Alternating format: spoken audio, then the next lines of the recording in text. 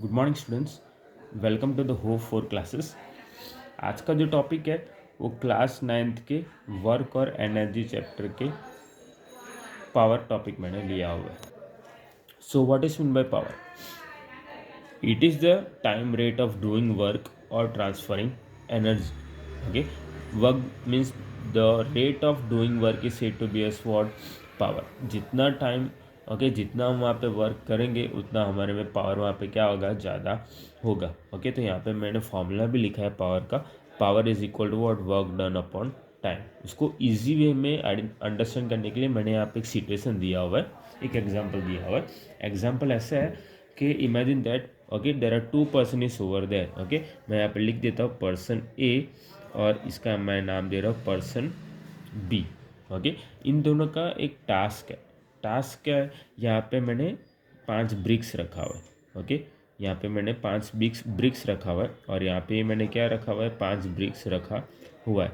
और ये हर एक ब्रिक्स का जो वेट है, हर एक ब्रिक्स का जो वेट है that will be something around मैं यहाँ पे लिख देता हूँ 10 kg। इसका जो वेट है वो भी कितना है, 10 kg। दोनों का जो वेट है वो 10 kg। अब टास्क कैसे है, दोनों को हर एक ब्रिक्स एक ब्रिक्स उठा के यहाँ लाकर रखना है। यहाँ ला के रखना है, ये पाँचों का पाँचों ब्रिक्स यहाँ ला के रखना है। तो इमेजिन करो, ए पर्सन ने जो टाइम लगाया that will be 5 minute. A person ने जो टाइम लगाया वो ब्रिक को यहाँ से लेके यहाँ तक शिफ्ट करने में जो टाइम लगाया that will be how many minute, 5 minute. और बी पर्सन ने जो टाइम लगाया दैट विल बी 6 मिनट। तो मेरा क्वेश्चन वो है, किस में पावर ज़्यादा होगा?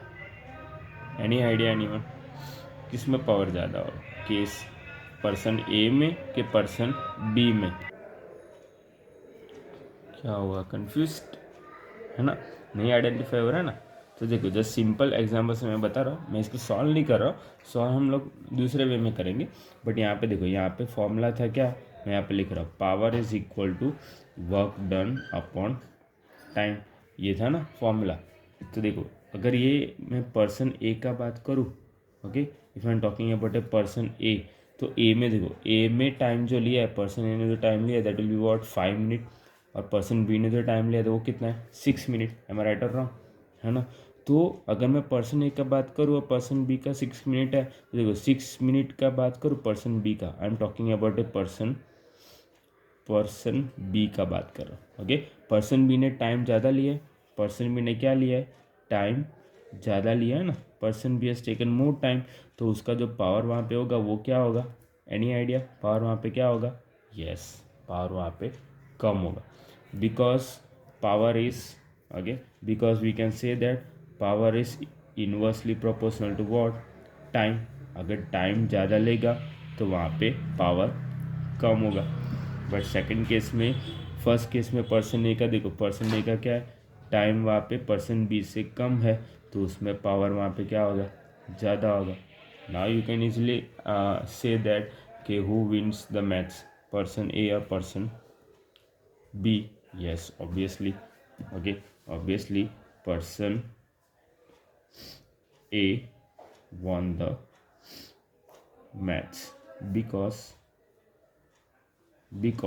क्यों person A won the match? because the time taken by the person A is the time taken by the person